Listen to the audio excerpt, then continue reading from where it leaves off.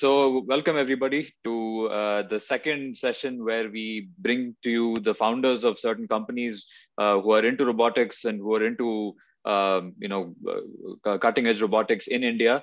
And the purpose of these sessions that we've organized for you is so that you can get a glimpse of what it's like to really start a robotics company from scratch, the challenges that it involves, the sort of work ethic that you need to put in, and the story behind why certain people are driven to start these companies. And today we have with us ANSCER Robotics, and thank you so much, Raghu and Ebin, for agreeing to join today for the session. We really appreciate your time, and we are super excited to look to kind of understand how your journey has unfolded from where this idea came from to start this company to all the challenges that you went through, especially during the pandemic when you had to encounter a lot of unique challenges.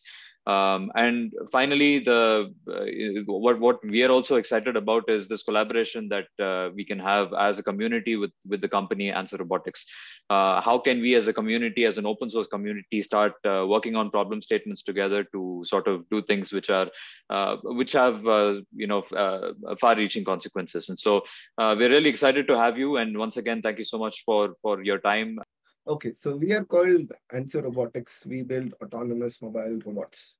So that's what ANSWER stands for, Autonomous Navigation System for Controlled Environments. So we started with the vision of building multi-purpose reusable robots where instead of having one robot for one use case, the same robot can be repurposed for multi-uses. How it all started is that we are a 1-year-old company. We started in the time of pandemic. We had like a lot of challenges and access to markets were not there. And overcoming those challenges were very, very interesting. And these are like, we started a company at a very wrong, I would say a wrong time of the century compared to any other time we could have started. But we started and we didn't want to stop in between and we just pursued.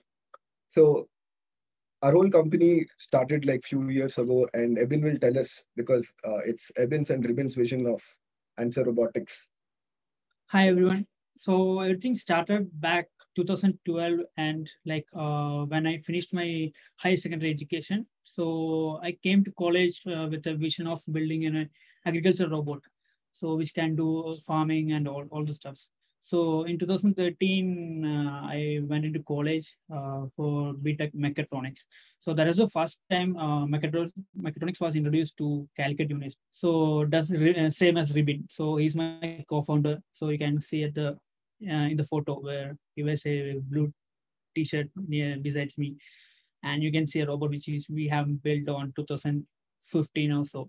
So we went into college. Like I have an idea of building robots. So same as Ribbon, he also has similar vision of building a lot of robots.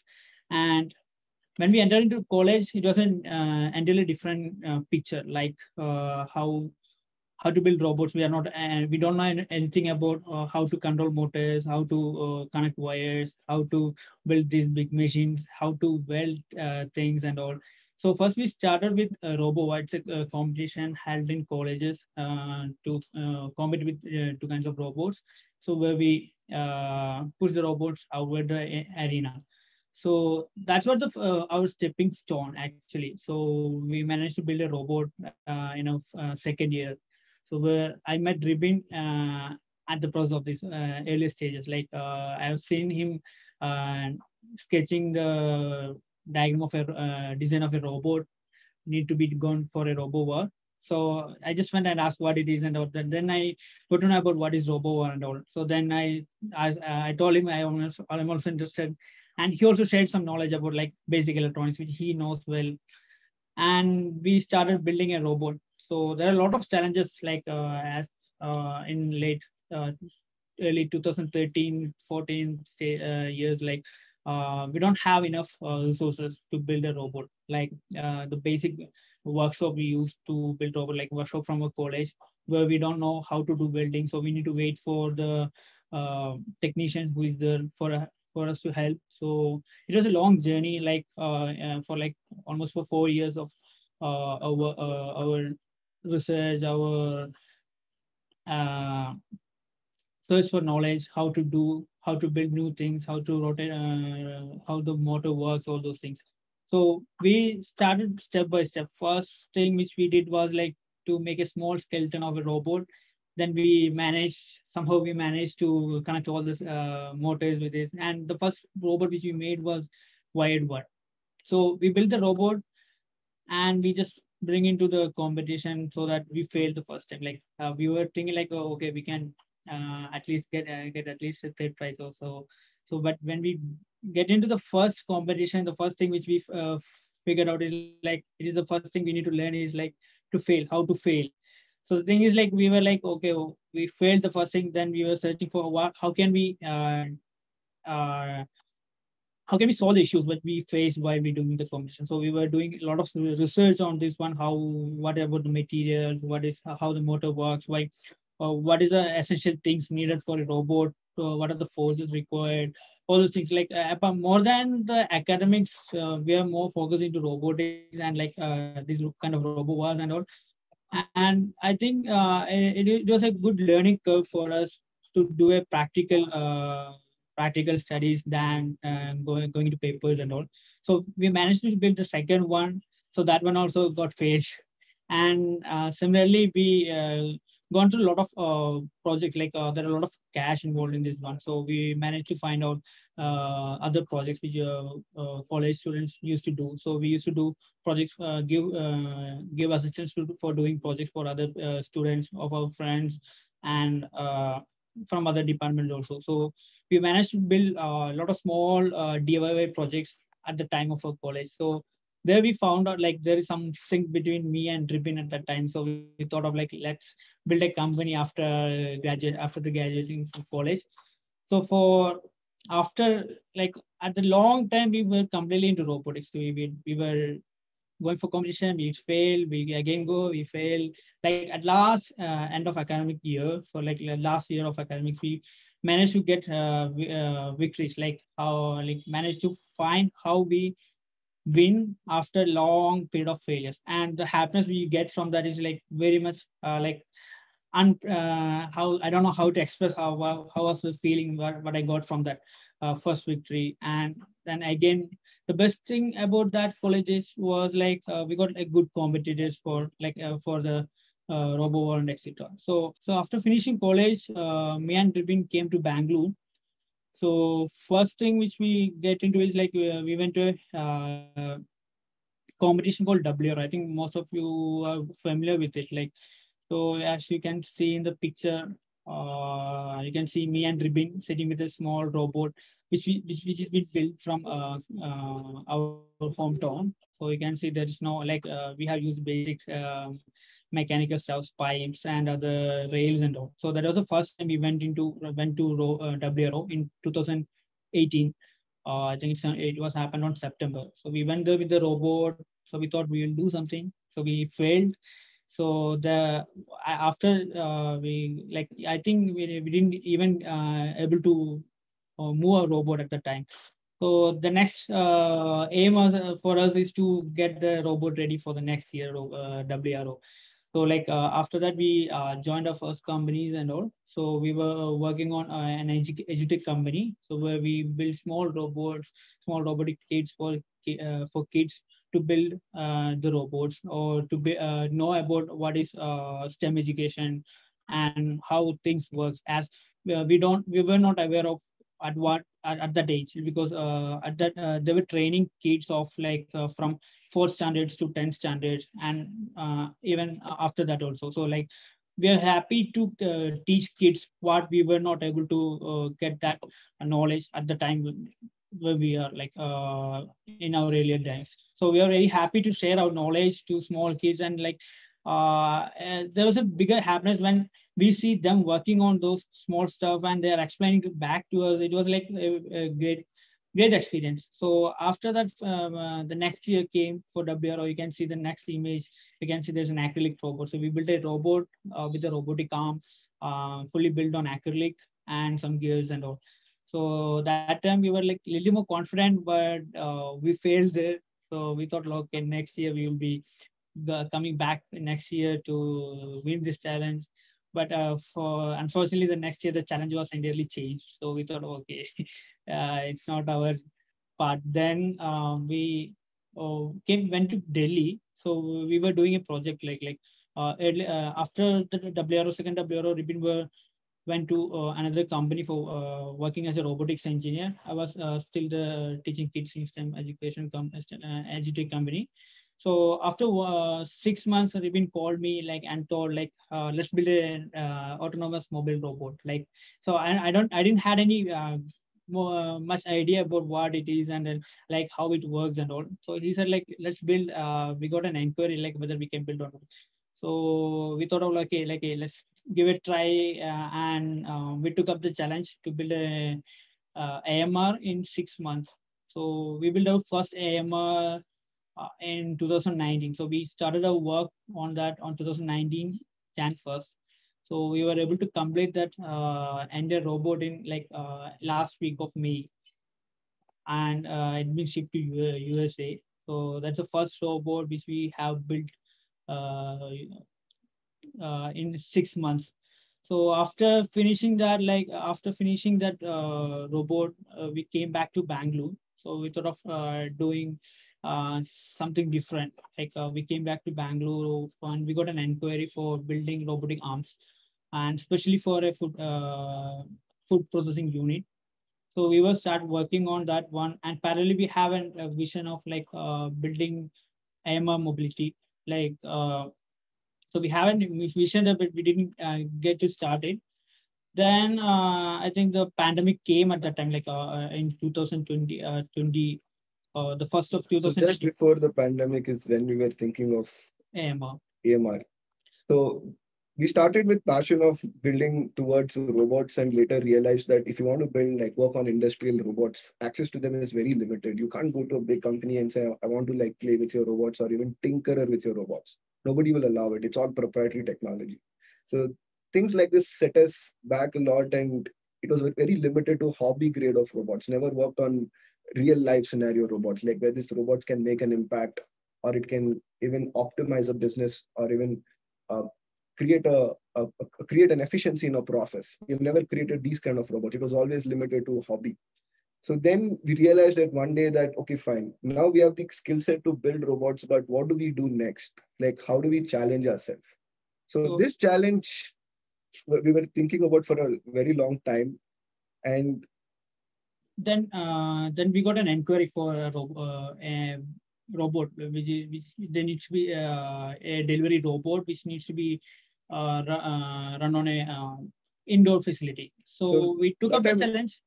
So that time as a company, we realized that when you were working in other robotics company, every company has to reinvent the wheel of building the platform. So this was the biggest concern we saw in the mobility robots, that even any person wants to get into robotics, they have to start building the fundamental blocks of electronics, electrical, then there's power distribution, then there is navigation system. So we thought, but when you're doing hobbies, it was so easy. You go buy a Raspberry Pi or an Arduino, or even let's take if you want high computation, you buy a Jetson. It solves a lot of problems, but it was not solving the mobility problem. It already depended on a power source, which was not a mobility solution. But if you want to build a mobile efficient solution, it takes a lot of time. And before even you go to your project, you're spending so much time just setting up your environment. And this was not an efficient solution. And that's when we thought, what if we start a company which solves this specific problem? And that's how ANSCER Robotics was born. Yeah. So coming back to our whole concept was that to build a modular system which anyone can work on top of it. So if you are interested to build a robotic solution, you don't want to invent the entire solution from the basic of navigation system, and on top of that you need to build your solution. So it will take half of your project timeline to build your base system, and other half to build your solution on top of it. So we thought of building a base solution which anyone can access to, and they can communicate with their own solution. So that was our aim, to build a modular robot, which it can be anything on top of it, whether it be it's like bricks. Yeah. You create a system where you reconfigure, it can do multi-purpose. So let's take you build a cleaning robot. Tomorrow you decide the same cleaning robot, I remove the cleaning components and I add a storage unit. It must be able to carry things for me. or I add a robotic arm, it must be able to come somewhere and do activities. But to do like this, there's no companies which are doing the solutions. They're like, everyone is using robotics for one purpose, that is Industry 4.0, where people want to use robotics to minimize downtime and maximize efficiency. It's a very good thing, but this is what the mindset of market was. Like whenever we go to any company or talk to anybody in the industry, people just use robots for two big industry. One was warehouse automation and manufacturing. Like they would use at car facility manufacturing or at the warehouses. And apart from that, it was not widely used in other industries. So we believe that robots can be used even more in wider industries by building a modular technology. So even if you look at how currently people use predominantly robot is on the warehouse. And if you look at uh, warehouse industries, even if you look at the warehouse industry, it was solving one problem of carts. Like people would spend a lot of time pushing carts, and also over a period of time, pushing carts was not healthier, and also it created lot of accidentals. Like there's a lot of accidentals because of pushing carts, because you overload something to just carry. You just don't want to walk in a warehouse of like 50,000 square feet all the way to just carry one extra box. So you decide, okay, fine, I'll overload it. My job gets done fast, but one small mistake and it might even be threat to a life. So for this, companies realize that the best efficient way, instead of people doing repetitive tasks, is to introduce autonomous robots. So initially, it started automating a utility cart to a guided vehicle, which is these are like centralized robots where they just follow instructions. They cannot sense and act. They can just walk on based on a logic defined. So then this whole revolution of autonomous mobile came out because of ROS being used not only in research projects, but it started being using in real life applications. So that's how the whole community of ROS happened. Today we are able to build robots just because somebody gave us an access to a software which is so beautiful and elegant to integrate in any system. Imagine if there was no ROS, but everyone had to build robots. It would have taken us 4 or 5 years to just build the fundamentals of a stable operating system before even we go building a solution. So this is how the evolution of robotics was there, very limited. But we believe that because of pandemic, if you look at the current scenario in last 1 year, so we started our company we started with an idea in October 2019 of seriously getting into robotics. So the problem, so when we started our company just before pandemic was in 2019 October, it started with an idea of saying that can we build modular system and allow any developer, any company to just take a base platform and build any use case on top of it. But when pandemic came, we realized that for businesses, cleaning and sanitization has become very essential to protect their employees and their customers. And to challenge the status quo, what companies are doing is that they're hiring more uh, cleaning crew and managers to manage, which is not an efficient solution. And also because of because of the COVID, contactless system became a very norm, like social distancing. So imagine if you had robots doing like social distancing and contactless work, it can minimize the spread of virus to a very large extent, right? It can change the way we see the world today. Today, many services are not open after 12 o'clock. If you go to a restaurant, the restaurant doesn't serve you after 12. But imagine if they had a waiter, which was a robot, which could just bring things to you post closing hours. Or it can be inside a mall. Let's take you pick up things and you add something to a cart, or a robot can go pick for you inside a mall and get things. It can minimize the spread of virus. So this was the biggest challenging, and there were a lot of companies and businesses looking out for solution how they can solve. And now robots are no more to warehouse and manufacturing. Today, robots are going to go everywhere. Healthcare is going to start using robots very widely. So, like, if let's take like today, there's a lot of toxic substance, like PPE kits. You want to carry it from one place, one station, like what from one place to one part of the hospital.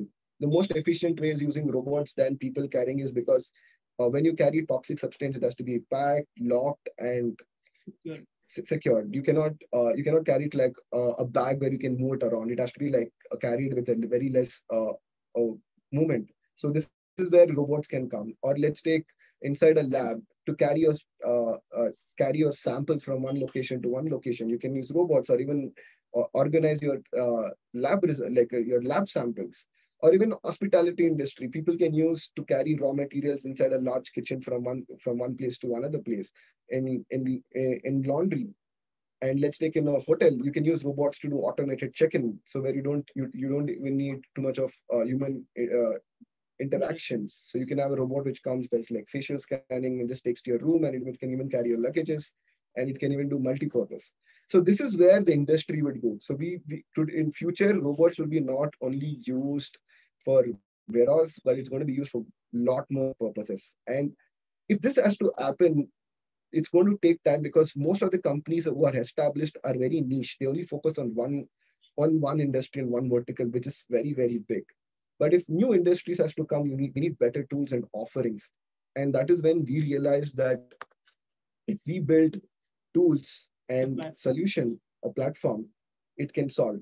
But the challenging for companies today, or even businesses, to buy robots is that it's very expensive, and you buy one robot, one use case, which is not efficient in the long run.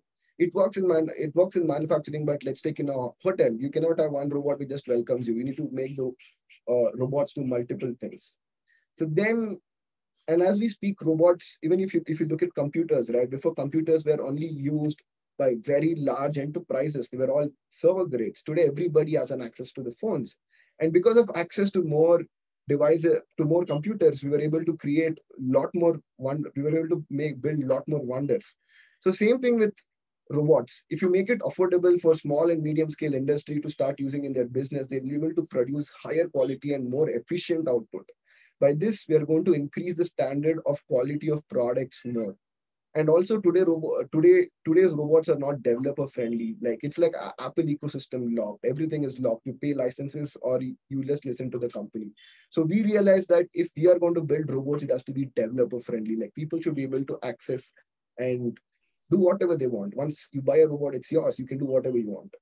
Then comes is support and repairs. So as being DIY people, we like to tinker and fix our own things. It can be even a jugaad solution or an easy fix.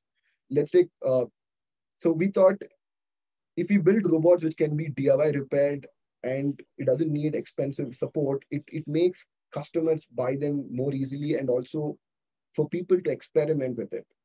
Like, let's take, you break something, we can ship you a part, or you can fix it yourself. Versus before, you break a part, you go to a service center, you ship the robot, somebody fixes it and then sends it back to you. There is too much of supply chain and too much of carbon footprint created. So we thought, if you're going to talk about recycle and use, uh, reduce, recycle, and make the robot, extend the robot's lifeline for a very long time. Like, it's like your Android phones, like, or any phone. We buy a phone, after 3 years, the phone becomes completely irrelevant, is because the new operating system needs more specifications, and it cannot even run your old apps, because like everything goes away, and these phones just lie sitting in our house. We don't even recycle them. So imagine what could happen with robots. Today we are in robotic industry. We are at the place where computers were in 30 years ago. Like, only, like, they were hard, like in 1980s, there were hardly less than 4 lakh computers sold globally. Today we are at the same position of robots. There are like less than 10, like there are like less than 10 lakh robots in the world, industrial robots. But if you make it more accessible and more easy, like our mobile phones or any other devices, it can create an ecosystem. It can bring more developers and more ecosystem players to program. Today, robotics can be only done by a mechatronics engineer. It cannot be done by an app developer or a web developer, or it can be a software engineer. So we want to change that. We want to build robots which are fun, easily configurable for other people to use and build whatever use case they want to solve. And our solution was to build a modular system. You have one platform, build any use case, any type of robot. And that is what we challenged ourselves to start building in 2019. But as soon as we started our company, we had like a big problem, was that the pandemic. So the pandemic started, which set us back a lot, because of the economical relationship between China and India. We couldn't even buy a screwdriver from China. We couldn't get anything from there. No access to markets. The whole country was countrywide lockdown. We couldn't get access to even fabricators, or even people, we couldn't even buy wires. So we were in such a bad condition, and we had started a company. We didn't know what to do. So we pushed our limits. We figured out how indigenously we can manufacture robots. And in less than 6 months, we were able to make robots which are completely made in India. And our whole offering to the world is that your imagination, our answer. Like one platform, build whatever use case you want. So right now we are focusing on mobility, but our future goal is to build a device which can build a device which can run on any type of robot. It doesn't just need to be only a mobile robot, but it can be any different type of robot. So I will show you guys a demo of what are the robots we have built in the last 1 year. The first robot we built was using our use case was a delivery robot. So this robot was a customer living in North Carolina, found out because of COVID in hospitals, they were very less staffed. They were understaffed. They had no people to work. They had no people to, even if a patient wants a hot water, there were no people to give them hot water. So we built a delivery robot. They used our platform and built a delivery robot. And the next use case you're seeing is we call something called a human in loop concept, where robots and humans can work together. Usually when you see robots doing their task in any of the videos, you never find human beings around robots because they're not built with safety standards. They're industrial robots. Like humans and robots are not supposed to work together in industry. But we build software which are very friendly and which are human safety. So these robots will not harm humans because they can predict your pathway and stop as you're walking. And then and we wanted to build a new for pandemic. So we built a world's best UV disinfection robot, which was an alternative to chemical disinfectants. As we were doing research, we found out that using chemical disinfectant is very harmful to the nature and toxic. So we thought, can we build a most low-cost solution than using chemical disinfectant? And we built a UV disinfection robot. And we were able to do this using the technology in less than 1 month. And the reason why we're able to build like multiple different types of robots in a very short period of time is that we have written a very efficient software stack which makes all this possible.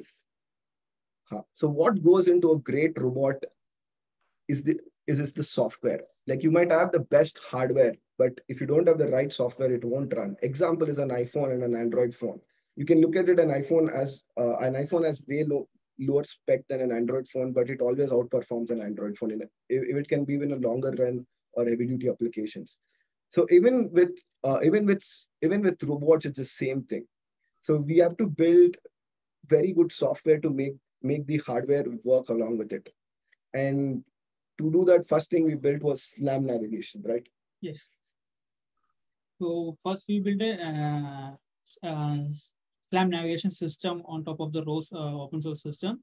And then we made it into modular one, like we built a UI which anyone can be accessed to. So the first robot which we built on top of the platform was a UV disinfection robot. And if you know about UV disinfection robot, it won't be used by a robotic engineer or it won't be used by a mechatronics engineer.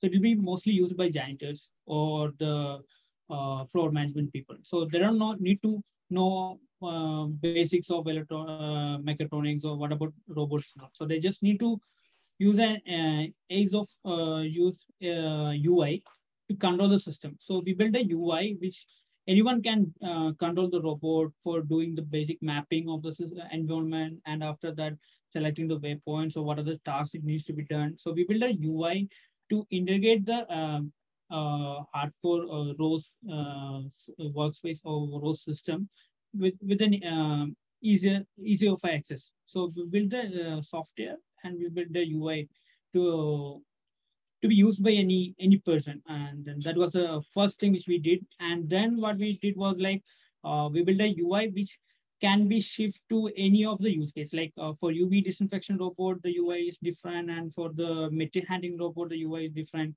So we built a UI which can be accessed by any kind of robot. So we just need to set what kind of robot you need, and we build accordingly. So our entire ecosystem will be based out of UI.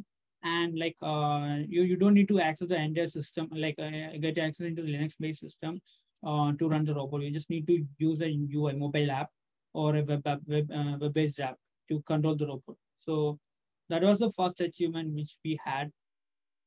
Then Yes. So then we built our own internal hardware system. So we wrote our own firmwares. We wrote our own power distribution system. We built our own IMU system, which is very efficient. And then was the security. So like if you're making this robots deployed to the outside world. So let's take, even when you do on a robotics project, the port forwarding and getting outside the network controlling robot is very hard. It's not easy to do it. So we solved these kind of problems which everyone face, and we just merged it together. And we made it a modular technology where you can use you can use different types of hardware and integrate it and work. It's like an assembled PC versus then buying an off-the-shelf PC. So that is what we want to do in robots. We want to make an assembled PC, like people can craft what they want. And combining all these things. So when you look at a car manufacturing, the first thing which comes to you is chassis. a chassis, right? So we designed a chassis which can run and work on any type of payload. So if you're going to, and based on your payload is derived on what type of drive system you want, right? Like let's take when you're building a car, if you want your car to go on an off-road, you need to have like a four-wheel drive system. So we designed a modular system where it can be changed. It can be changed, either it can be like a differential drive system, or it can be an all drive system, or it can be like a omnidirectional drive system. So we designed a chassis which can cross fit with different types of drive systems. And also comes the next is sensors. So when you build a robot for indoor, there are different types of environment. And different environment requires different types of lighting. So let's take, you need sensors. If your robot is going too fast, you need sensors which is powerful enough to calculate a longer range. If your robot is designed only to go at a very specific speed and it's carrying a minimal payload, it doesn't require sensors to see for far range. So we develop a system, like we develop a software which can integrate it to any sensors, like whether it depends on your application. Like we already said that like our platform can be used by any of the developers or any of the new companies who is trying to build a solution. So each solution requires its own kind of sensors or its own kind of actuators. So our platform is independent of sensors. Like if you want a distance, like a sensor which have a long range, or if you want a robot system which is having a shorter range, anything is possible. And we have a software which is capable of integrating any of it with the system. Then comes to the power unit. So we have the auto charging system, which the robot can go itself when it's on a low power situation. Like it can decide whether to go to charge when the power is low, or before going for a mission. It will check for like whether there's enough charge for the mission, or it will give that task to other robot. So that was the next step which we have gone through. Then yeah. So then to run all of this, we have built something called an ANSWER engine. So ANSWER engine take care of all your configurations and processes it and execute. So ANSWER engine is your modern day of like a car engine, because before car engines were combustible engines, now it is electrical engines. So we have built something called an ANSWER engine, just like a car engine, but this is not only which drives your vehicle, but this also thinks. This is like a smart vehicle, because we have even written our own stack of navigation system and localization system. So put to all together, we have something called an ANSWER research platform. So it's a small device which can carry a payload of up to 100 kgs. And so this was our first initial step of building in our company, was building a robot which can be multi-purpose use case. So we call this an ANSWER research platform. And on top of this, we add a use case. So this is how our system works. So you take a robot, you use your imagination of what your use case can be, then you have your robot. So this is something which a customer really came to us and told us that he wants to build a robot which can have like an emotion to talk to people. So we added like a display. Then he came up with a system to hold food and have a room, have a temperature to control it. But to build a refrigerator to carry food is like something like this is very easy. But if you want to make it on the move, it becomes very complex. So we have built a system where you can use your imagination and create any type of robot. So this is one thing. And this is our first initial designs we started. Then we built a UV disinfection robot. So all the renders you're seeing are actually really built robots. It's just that because of pandemic time, we are not able to do professionally photo shoot to show you how well the good looks. So we're just showing you the renders. The robot here, actually. This is another use case where one of our customers used our technology and built a cotton picking robot. And they were able to do this in less than 60 days. So this is like a company in India which is built like a cotton picking robot. And this robot just cost less than $5,000. And coming back to this, how we're able to do all of these things is because we've been working on tech space for a very long time. We started with DIY learning, and today also we keep learning. We spend a lot of time learning. So we feel that learning is something which never ends, even you go out of college. And the way technology is growing, it requires to have so many skills. Today, even if you're a robotics engineer, it requires to have web skills, because today web has become the interface to make any device talk. If you build apps, again, it's very limited to a certain period of audience. But if you build web, it becomes a very large. You can access to large different types of devices. So so we all four met in different use cases and in different scenarios where Ebin and Raj studied together. So Ebin and Ribin studied together, and Raj and Ribin met in Adverb, where they were the founding team members to build the robotics teams for Adverb. So today Adverb sells the best warehouse robots in India, and this was possible because of Raj and Ribin. And we met Raghu in a Makespace community in Bangalore. So once we came to Bangalore, one of the first thing we were searching for, we searched for a makerspace community, and we met Raghu, who was heading the team there. So we met Raghu and we did interesting projects with him. So that's where we thought of, okay, let's do something good for the community and let's build a robotics company. So we started like that. So when we started our company, all of us had very limited time. Even 3D printers were something, even though everyone sees, but nobody gets to access and play with them. And we realized that this is something which has to change. And that's how we all met. We met in a hacker space, like in a maker community, where we could come and jam together and build whatever we want off of ours. And this explored us to create more opportunities. So today we feel that we also want to give back. And that is how we decided to share our story of how the whole ANSCER Robotics started. To summarize what we did in the last 1 year, was that we started in October with an idea to build robots that could potentially change the world. And we realized that robots which can change the world will take time. But we realized we can solve developers and companies who want to get into robotics problem. And then we built our first modular. We started working on somewhere in mid-May in the building our first prototype. And we had customers reaching out to us saying that, wow, this is so cool, and they could get into robotics. As I told you about a customer who wanted to build like a robots inside a hospital to carry food and deliver to patients. So they had all the skill set to build a use case, but they never had the skill set to build the fundamental blocks of a robot. So, and that was our first customer. And when we sold to them, we realized that we have a potential. And then validating with another two, couple of prospects, we realized, okay, fine, it's time to take serious. So then we incorporated our company. As soon as we incorporated our company, we started. Then there was a big obstacle we had, was that people started saying, "How do I trust you guys? Like, you're just a new company. How do I know that your robots work?" So this was a big setback we had, and we didn't know what to do. So then we built, using our modular technology, we built a UV disinfection robot, and which won an award by multiple bodies across the world. And that got us a lot of traction, and people started believing in us, is because we're able to show our skill set in a public forum. And then we started doing product demos, and by September we figured out how to run a company, and how to build a team, how to do our software distribution.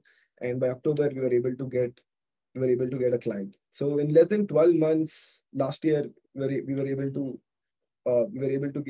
go from an idea to getting a customer. And all of this was possible because we thought we had a maker mindset. If you thought of like an enterprise company, it would have never been here. Most of the enterprise companies takes a lot of time. And saying this, now we want to give back to the community. So this is an award which we won by, which we built for the best TB disinfection robot last year by Garage 48 and Robotics. So now we have finished robots. We've understood how to build robots, how to manufacture them, and what to do. And now comes the question of what next. So we believe that ROS is not universally accessible to everybody. It is only accessible to people who specialize a specific skill. So we want to focus, like now we want to create some collaborative works with community where we can share our knowledge and skills by building something cool rather than just taking a class or a lesson. So that's how we did. All of us learn by building hands-on experience. We study, we execute, we study and we experiment building, tinkering around with any tech, or we take a hardware, we break it down, we reverse engineer, we try to understand how it works. So that is how our growth we were able to grow so fast, and we were able to deliver things in a brief period. So we believe that even working towards the community, we can also create open source tech. And one of the challenges we face in our company is the docking system. Like making a very accurate docking system costs a lot of money versus using a regular LiDAR and make the docking efficient. So we feel that building like right now all docking system are based on QR codes. Like you use an RGB camera to sense where the device has to be docked, and it docks. So, but if you use LiDAR, you can attract precise docking. And the localization and all will be much better. And there are no open source system right now we have access to. So we thought of like as a community, we can build something and we can contribute to the world. So that's what we want to bring in front of you, to build a database docking system which can be docked to a docking station. Perfect. So that was really enlightening for us to as a community to listen to your whole journey. So yeah, thank you so much for sharing your story with us. So right now, we can see that people who do agriculture, it's been done by people like. I don't think like most of the new people who are much educated doesn't need to like, are not interested to do agriculture, because it's like putting your hands on muds and your hands will be dirty like that. So some people think like that, but I think that is the best thing in the world to do, like to feed the people, to feed the entire nation. It's a greatest thing like what farmers do. So right now when we're looking for what can be do to enhance the agriculture system, like with the changing, radically changing the climate, or radically changes in the weather and the climate condition, and unexpected calamities happening. So how we can use the technology to overcome these crises and all, and how we can build a perfect system like an agriculture system which with the most advanced technology. So that's what in my mind, like there are a lot of systems like hydroponics, aquaponics, and also there are a lot of system in process of research. So I don't see like next day or tomorrow or this year. Like I see it like a long run where people need to start research on that one. Already people are doing research and all. So I just want to contribute. We want to contribute as a robotics engineer or as a robotics company to the agriculture field. As you see, like earlier when you see on the previous slide, you can see a cotton plucking robot. So that was the cheapest cotton plucking robot you can ever see. Like it can be accessed to any farmer, like in India. So that's one of the vision which we have. So the cotton plucking robot is built by it is built by a different company, and the reason why they built was that so they found out a big major gap in supply chain of cotton. So there are people who will seed the cotton, but there are no people to harvest. So cotton harvesting is hard, and there are no people to harvest. Even if you go to Kerala, like there are very few people who can harvest your coconuts. They don't want to climb because of urbanization and change. If you moment people start becoming educated, nobody wants to go back to farming, right? They want to use better tools and they want to make their life more simplified. If you look at industrial revolution, like the way our grandparents studied, like our grandparents did, they just worked. They didn't care about anything. They just kept doing and doing. But if you look at when information technology revolution happened in the last 20 years, like people started having better life. They started having standard of life. Like it was not like a laborer. Like people had better life. But today it is all about quality of life, right? Today the reason why somebody from a small village, moment he becomes educated, he comes back to cities to have a better quality of life. And if you want to change better quality of, let's take the best the best harvest we do in India, we don't consume it. It's all exported. And the reason why is because the best harvest is being spent the highest money to grow. And if you want to cut down the growing cost and harvest cost, and the best way is to use robots. And even though in India, our backbone is farming, but most it's very it is very unstructured market. It is not processed. Even whatever you're doing with robots is a very small percentage of things. We're just smalling one part of a supply chain in the whole thing. Next question is, what is your vision? So we will answer a question from RB. What is your vision, and is it to assist the community by developing modular system? Can you explain where do you want to be in the next 5 years? Okay. So our vision is something which we didn't explain on this slide. So we started this company with a vision of building cleaning robots. So if you look at today's world, you can let me take you back in time. So plastic. So the whole purpose of plastic. So this plastic was invented in somewhere in 1930s. Since then, plastic was invented. Every single plastic is lying down somewhere in the world. And if you keep littering plastic for the next 30 years, half of the species will vanish. And if this happens, populations will dilute, and only the rich gets to live, and the world will be in chaos. You can look at pandemic. Already, most of our systems are broken. Poor countries have gone really bad. And so our governments will give us electricity, water, but they don't give us sanitization. Like our garbage is never collected, it's never processed. So if we keep creating more and more dumping into landfills, one day we would create so many pandemics that human civilization will die sooner than we expect. And the only way to solve this problem is to build robots to clean. So we started out with vision of building autonomous robots which can go pick up all the garbage we humans have thrown out so far, segregate and recycle, do something with it. And that is something which humans will not do. Nobody wants to do a cleaning job. So we started our company with the vision of building that, but realized building a robot so complex where it can identify what this is. Because it's very simple, right? When you eat a burger or a pizza, it looks different. But when you shit, it all looks the same. But only way to identify is that you do a lab sample and find out which is different. But a robot can do that efficiently. I'm just giving an analogy. So even when you throw garbage, it's very hard for humans to segregate it. But if you train a robot, it can do efficiently. So our vision was to build robots to do that. But we realized that even prototyping an outdoor robot to do something like this will cost a lot of money, and we didn't have money to do that.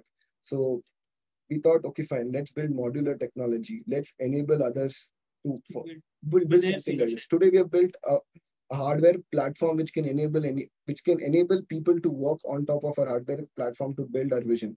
So that is why we are making it very modular. And also, if you're talking about cleaning, right, we use our phones. Like we use our phones and we just light, we don't recycle it then. Like a lot of electronics don't get recycled. So we thought every component we built has to be repurposed and not recycled, repurpose. Like recycling is that it goes to something and comes back. But what if it can be repurposed? Like let's take tomorrow, the hardware is too old, but you have the access to change the operating system and run it a robot with a limited capacity and features. So this is how our vision is to build one day, to build robots that can clean the world. Like we are based in Bangalore. Bangalore was called before IT, the hub of IT, like IT hub, it was called Garden City. Today, it's no more garden. And the reason is not because the government is not cleaning, it's because of urbanization. The population of Bangalore 15 years ago was only 5 lakh people. Today, Bangalore's population is 1 crore people. That's year-on growth is more than 100%. And nobody can stop this. Nobody can stop this. And this is going to happen globally because solar energy, giving power, any development in any region of the world happens when you give them electricity and water. The moment there's water and access to electricity and water, there will be development. And if this happens, sanitization becomes a big problem. Today, when you can see a lot of masks, nobody collects mask in a proper place and disposes it. We just dispose it in dustbin. Our goal next 5 years is to reach at least somewhere we start solving this problem. Also enabling other companies. We have Suraj, Meno, have you fun? We are a bootstrap company. We are currently relying on customers' money, and we in future tend to raise money to go global. While robot as a service sounds lucrative, the target industries are very use case specific: mining, oil, gas, agricultural, supermarkets. Example, Amazon Go. All of them have very specific cause of robots use case. So how to take that leap? Also, if it may or may not. Yes, so this is a brilliant question. So this is why we built modular technology. So every company builds navigation system. It makes no sense. Why does everyone is solving the same problem before they go to? So one day we want to make our solution open to everyone, so that they don't need to rebuild. Like, let's take in surgery, right? If you're creating surgery robots, you have to make your localization so precise. Imagine if you use that kind of technology in a food delivery place, your robots will be very efficient. So our whole thing is that we want to first reduce the time of people wasting on reinventing the same thing again and again. Ebin and Raghu, so I have a question. One of the things which isn't really spoken about a lot when you're building hardware solutions and product-based solutions is after you deliver it to your client, it's the post-sales stuff that happens in the background. And now when you deal with customers that are from different countries and you're based in India, and with the pandemic, there's so much travel restrictions and logistics and supply chain being cut off. How do you deal with challenges when something breaks down in a different country and you have to fix it from here? Okay, so for that, our systems are very modular. Like when you showed Lego, it is very plug and play. So if something breaks down today, flights are available. Like you have courier service which can deliver anything in less than 12 hours, 13 hours. So they just ship the component which is down. We either fix it over here and we ship it back in less than a day, or we just send them a spare and they just open the robot and they just change the component. So that is how we are able to do. And also we use Zoho business, like Zoho applications. So the Zoho applications to run our business. And Zoho has this crazy tool called Zoho Assist, which allows you to do augmented reality based customer support. So if somebody is showing me 2 wires, I can draw a line on top of my screen and say, this is the red wire, and it doesn't get confused. And also we use like a lot of like ticketing system to process this. But usually we never, like till now, we have never got one customer also raised out a problem. So we have not faced it, but we have created a system. Ready for it. We're ready for it. Okay, that's great. Hi guys, this is Pallavi here. I actually don't have a question really. Just very glad to sort of see a journey that resonates with us as well. So like I myself am a co-founder of a robotics-based company, and we started about like 6 months after you guys. And we are trying ourselves to get into ROS and robotics in general, but there's a lot of friction that we find, at least in the Indian market. So just wanted to ask from that perspective, like what all were these challenges? Like generally in India, we see that the labor is very cheap, right? So people are very skeptical about, okay, should I be spending so much behind a robot rather than maybe I'll hire 5 people and get the work done? So is there a scenario that you guys have faced? And if yes, then how did you really try to tackle that? Okay, so our problem was never to replace humans with robots. So we started with understanding where there is shortage of labor. Even in India, as I told you, in agriculture, there are shortage of people to pick coconuts and cotton. Like nobody wants to do harvest. It's very hard to do it. Like at a scale, you don't find them. So we are focusing on places where there is shortage of people. Like there is like hardly people. Like you can look at the manual cleaning robot. Like you have very less people doing the job. So our focus core area right now is to identify. We are working with partners where there is shortage of labor.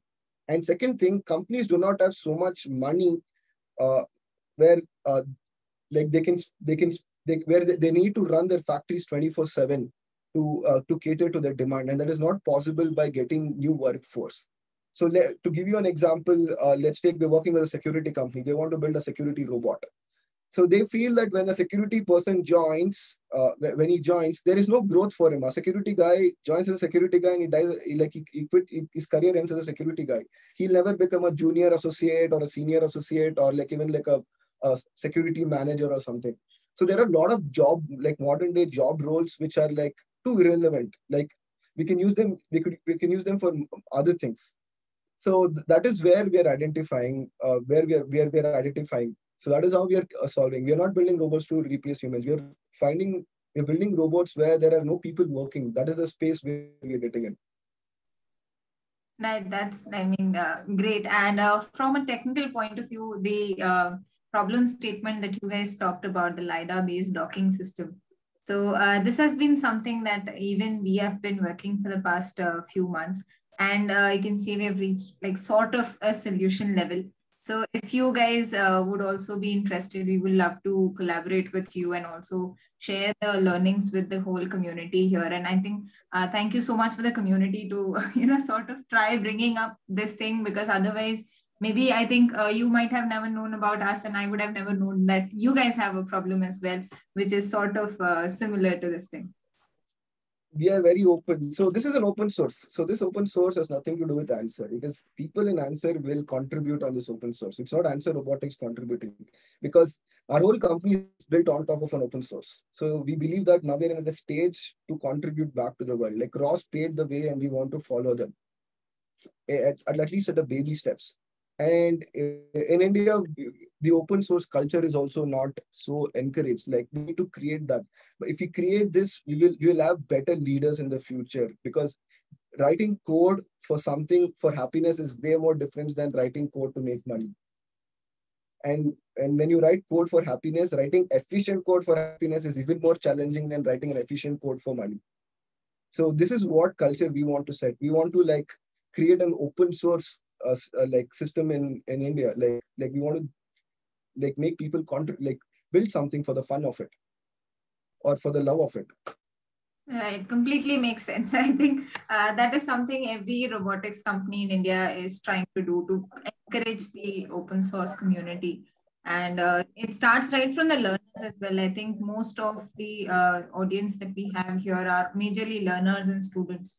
So if we try to shape them up in such a thing, maybe we can really expect some nice robotics companies and startups to come out of India very soon. So we have open positions for not only interns. We have positions for we have 3 positions. We have for interns, fellowship, and full time. And one way is that you can follow us on LinkedIn and you'll be able to know us what's happening. And also, I think by the end of next 3 weeks, even our website will be updated to show all the positions which is coming up. Once again, Raghu and Ebin, thank you so much for your time. We really enjoyed listening to you and your story. And I'm excited to see what the collaboration with the community as well yields.